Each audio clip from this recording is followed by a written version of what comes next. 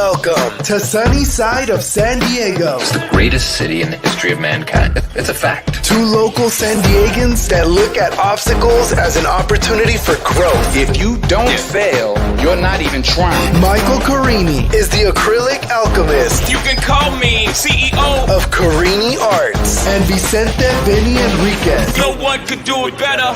The team lead of the Enriquez group. Ride with us.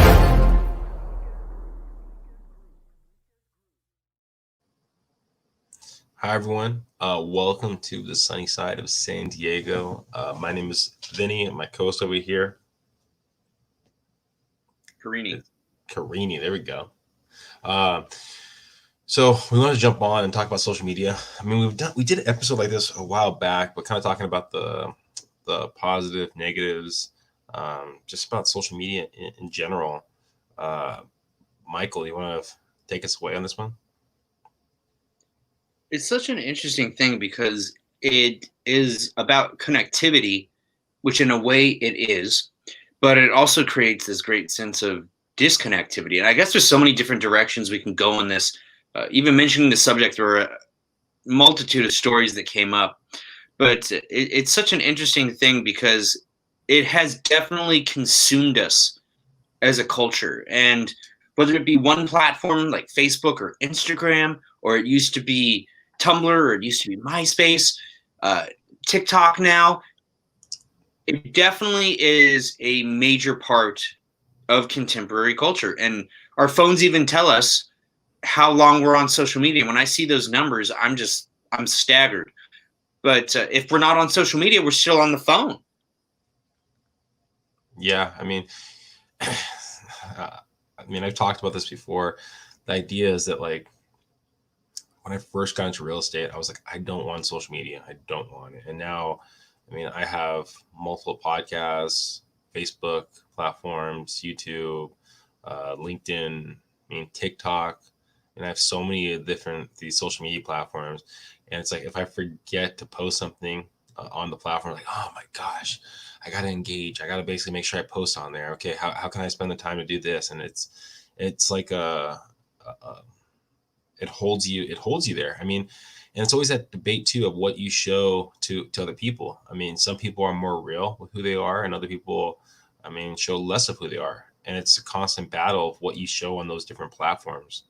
And I think it's, it took me a while, but I started to realize that, okay, that person and that relationship, or that person at that job, they're not as happy as they're portraying themselves to be on social media.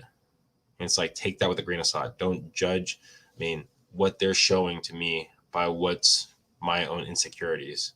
I think that's one of the difficult things, for people out there. If you have any insecurities, you can find stuff on that platform that can take you down the rabbit hole and make it worse. Well, what's interesting is that you and I both use social media as a business tool. And as a business, you almost feel like you're left behind if you're not using social media because so many people are using it to get ahead. But so much of what you just said rang true. And I think that so many people, particularly the younger generation, will equate their value based on their performance on social media. We'll look at people and say, oh my gosh, they have so many followers. Oh my gosh, they have so many likes.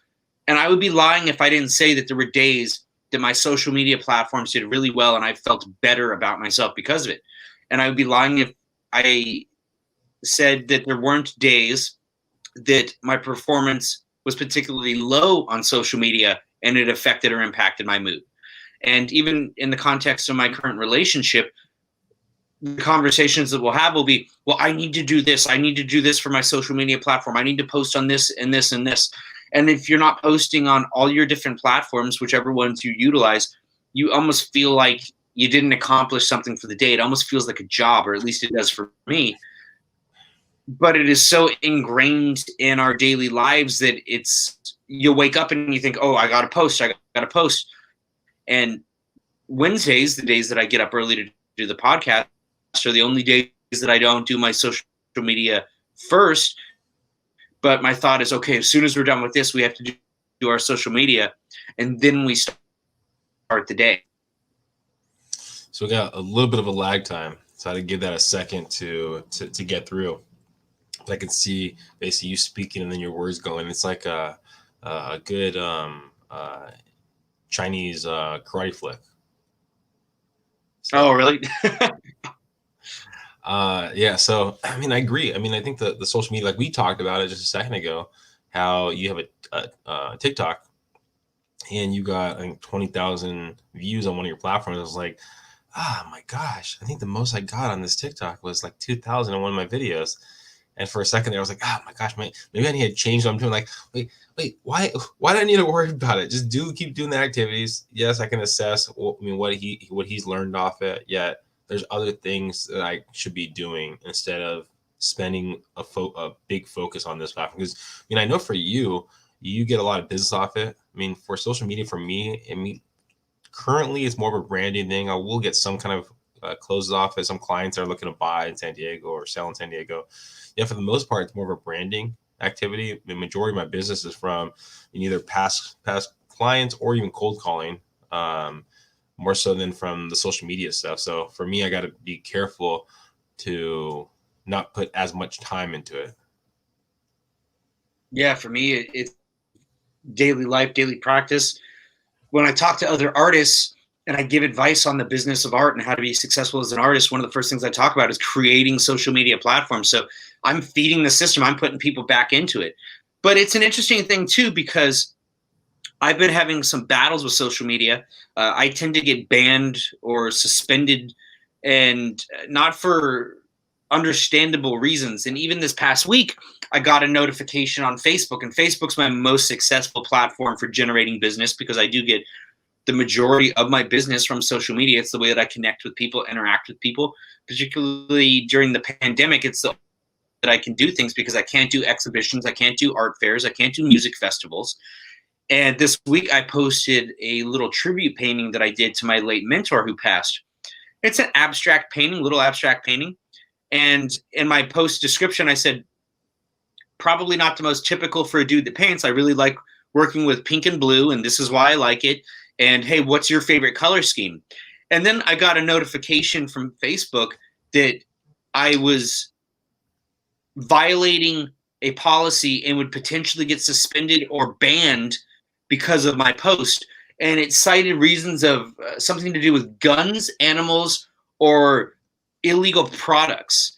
And I ended up screenshotting it, and I actually posted it again. I posted it on Instagram too, because I wanted to show people it could have been a glitch with the system. It could have been a bots thing. It could have been that somebody reported me. But it's interesting that we can potentially lose our platform, lose our voice, lose the people that we connect with in a time where we're not supposed to be visiting people because of something so absurd or misrepresented. And I know that we're also living in a time where certain notable people and groups are being completely shut down. And so, yes, these are private platforms that have the right to shut people down, but it's a very interesting and dangerous thing, in my opinion, when we completely eliminate a person's voice. Even if somebody's saying something horrible or hateful or terrible, I'm of the opinion, let them say it, let them speak it, because you know what? All they're doing is revealing who they are. They're playing their cards. You get to realize what you're dealing with. And so I do think it's a very dangerous thing when we completely silence people. And for me as an artist, I have to stand up for that. I have to stand up for people to say what they want. And a lot of my work is about helping people find their voice, whatever that voice may be. And I run into the issue of being silenced and banned and suspended a lot. And I think that is not only a dangerous precedent to set, but it's also very damaging for me as an artist. When I can't reach people, it shuts me down completely. I have nothing coming in because I can't connect with people in any way, because I can't do shows. I can't do festivals. Yeah, I mean, I think, well, two things, right? So you have this magnifying glass, right, on these platforms, right? For you, it allows you to get to a bigger, wide, a group of people, right? Through Facebook, through Instagram, through all these platforms. You did it throughout your website. You wouldn't probably have access to as many people, right? But you're giving them the power now to have control over your business. We have something similar that's happening in real estate, where a lot of realtors will advertise on like Zillow, right? and Zillow's has a really big platform. They put money into it, and they've leveraged realtors, their money, to build their platform bigger and bigger. Now to the point that they're actually will be having agents underneath their brand and be their own entity. So they're gonna be competition now, right? So they will buy property. So they're competing with the realtors that helped it get to the level that it's at. But the way that they got to such a big level was that they basically leveraged the competition, leveraged their money to get to this point. And now they're at this point and they're transitioning now to competition. And so I don't know if there necessarily be a way for Facebook or Instagram to do that for an entity like you, right? Where they start selling like Amazon. And now every time that someone has liked your stuff, they're selling paintings from someone else because they're getting paid X amount of dollars. I mean, I don't know. There are Facebook shops. I actually have a Facebook shop done through the platform that I have my website with. But I have to imagine that they're getting something out of it. And it's interesting, though, because they, just like the suspension and banning thing, they will review your products and approve or disapprove products. The products that they disapprove, it'll say, like, I've had work that got banned because it says that it's sexually explicit or contains nudity. It's an abstract painting. But so I don't know if it's just a systematic artificial intelligence error. And you can't ever get through to these platforms when you have an issue. You think you're talking to real people, but I actually have an in to connect with Facebook because I'm a paid advertiser. So they give me more attention than they would give somebody else because of the fact that I spend money with them. But I found out that I'm not actually talking to a real person, even though it seems like I'm talking to a real person. I'm talking to artificial intelligence. And the other thing that brings up is it almost seems like in a literal and metaphorical sense that the idea Facebook and these social media platforms are supporting the idea of artificial intelligence. But people, what I mean by that in one context is people not being themselves. We're just being who we think that we need to be to get the likes, to get the follows. And as somebody that advertises on Facebook and runs my business that primarily gets business from Facebook and Instagram, sometimes, we do shift what we're doing to try to be who we think we need to be able to get the results, to keep the system going.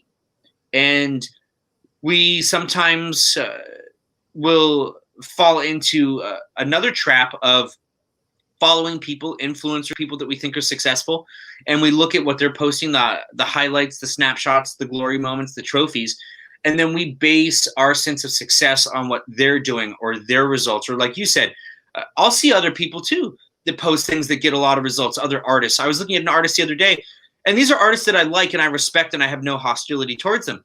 But I look at them and I see what they're doing, and they're getting so many likes, so many views, and I'm thinking, I like their work, but what are they doing that's different from mine to get such a different response, to get so many more follows, to get so many more likes, to get so many more views?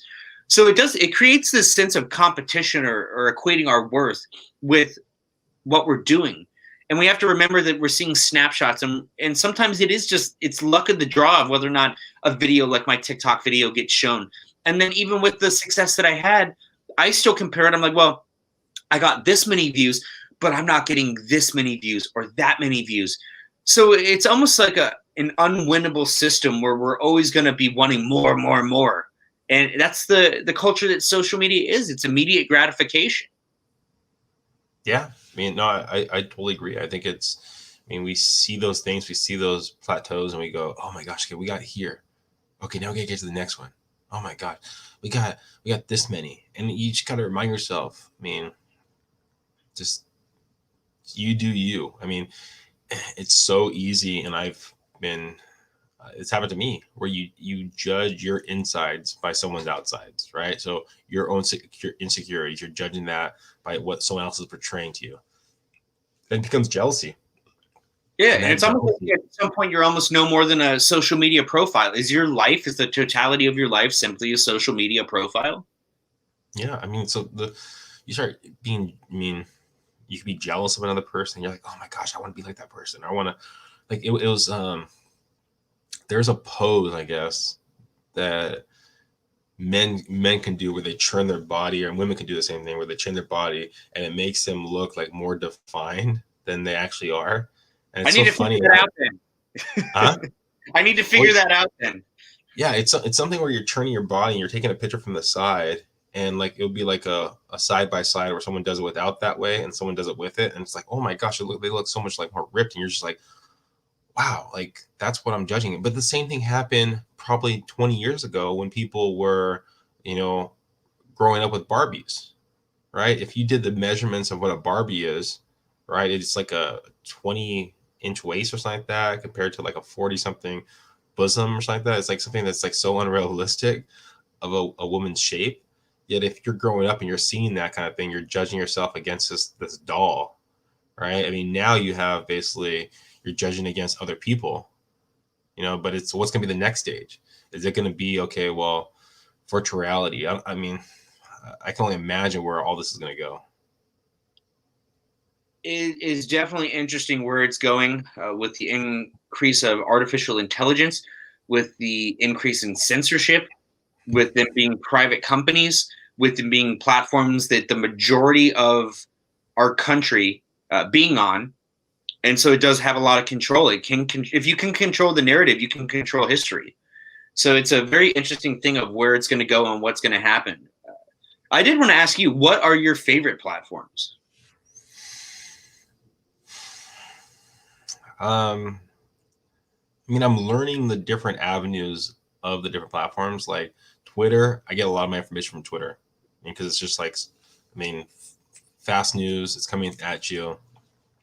Facebook, I'm probably more just interactions with other people where I can actually have dialogue with them.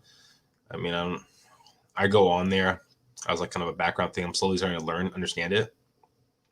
And then TikTok for funny videos. Where I'll see funny videos, things like that.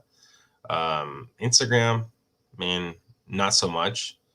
But yeah, Twitter's probably I spend the majority of the time on, just because it's like quick information, and I'll get a better understanding of what's going on. Like if there's like a riot happening or a fire or something with baseball, right, where someone got traded, it's quick information. You can see multiple people posting about one topic, and so then you can pick and choose where the real information's at, right? Instead of basically like on Facebook where you get like one post, and because that's getting the majority of likes, right, that's going to be the biggest feed to you.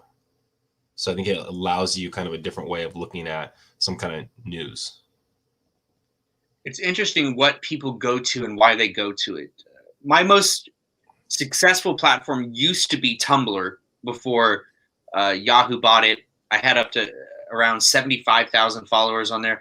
I still have that, and I still post on it daily, but people just don't use it really anymore. It doesn't work like it used to. So I used to get, and I think I built the majority of my following because of Tumblr back in the day around 2012, 2013, up through 2015, 2016. It was great. It was a wonderful platform, reached a lot of people, got me a lot of views to my website. Then that kind of just dissipated. And then Facebook is probably my current biggest platform. And I find that I have an older audience on there. I have a mixture, but there are older people on there that tend to buy my work more. So I think that the majority of my sales come from Facebook. And my website actually shows me the analytics. And the vast, vast majority, I'm talking somewhere between, on the week, 75% to 95% of my traffic comes from Facebook to my website. Yeah. And the majority of the sales come from there, I find. And then I love Instagram. I have a decent following on Instagram. I've been really struggling with Instagram, though, lately, because I feel like I put good content on there, but I don't get a good response there. So I'm starting to change up, because I used to post the same things on every social media platform.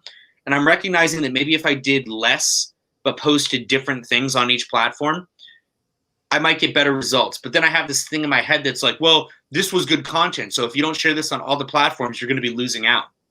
But maybe that's not true. I think the algorithm's different, man. If you're listening right now and you have an understanding with the different algorithm, but I think with TikTok, for example, the more you post on there, right, the more views you're going to get. I mean, it's just like people. I mean, I've seen some stuff that pop up where they're posting the exact same like video, right, multiple times, like 6, 7 times, 20 times a day, and then they're getting like a massive amount of views on it. Oh, so you can post on TikTok multiple times a day and it won't get you in trouble? Because No, usually Facebook and Instagram, if you post a lot, especially Instagram, the more you post, the fewer posts the fewer people you'll reach is what I find. So I was thinking of doing that yesterday. I wanted to post another video and I thought, no, if you post another video, it's going to slow everything down. You're not going to reach anybody because of it. There's like someone that I follow on there that he's constantly talking about like the algorithm on there. And he was like, I mean, post like crazy, post like 30 times a day. And if you do that consistently, you're going to get a lot more views, a lot more followers on your platform. Okay. Maybe I'll have to do that then. Well, not post 30 times a day, but I was hesitant to post because I become gun shy because of my experience with some of these other platforms. So I'm having to learn to adapt. And with Facebook continuing to flag me, there's a concern. And then Facebook owns Instagram, so that could affect the Instagram page. So it's an interesting thing. And TikTok I don't do particularly well on, but I feel like I could. And I feel like I could do a different type of content on there. And for me, I look at each platform as a way to reach a different audience because, like I said, different people are on each platform based on what kind of who they are, what they're into. And TikTok is definitely the Generation Z. And so I understand that, yeah, there's not a lot of people from Generation Z that are probably going to buy my art, but it goes into thinking about the future. Eventually, those are going to be potential buyers for my work. And so the older audience that buys my work, at some point, maybe they're not going to be doing so. And so I have to be putting seeds in different areas, planting new seeds for growth, to continue it, to keep it going. So it's like we always have to stay ahead of the curve with social media too. No, exactly. I mean, that's the understanding with like Clubhouse. I mean, that's a new platform. And when it first came out, or when I first got on there, I was spending a lot of time on it. And now I don't spend as much time on it, but it's a way to meet a lot of people. I mean, there's so many platforms out there. And you're just like, oh my gosh, man, where do I put the time? Where do I put the effort in? I mean, how can I leverage this? But yeah, if you're listening right now, what platforms do you use? What do you like? What do you dislike about the platforms? Give your feedback. We'd love to hear kind of what you have to say. Please subscribe to this platform. If you're looking for a painting, reach out to Michael. His information is in the description below. If you're looking to make San Diego permanent stay or get out of San Diego because you don't love it anymore, which I don't understand how that's possible, give me a call. My information is below. Any last words, Michael? I may be giving you a call for that soon, but I am curious. I want to know what other people think in terms of social media platforms. Which are your favorite? Which ones do you like and why? Which ones do you not like and why? Or maybe there's a platform that we haven't even talked about that's the new hip platform that you got to get on, and we're missing the boat.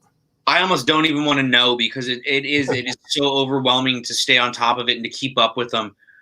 I just can't do it. Like, I can't stretch myself any thinner.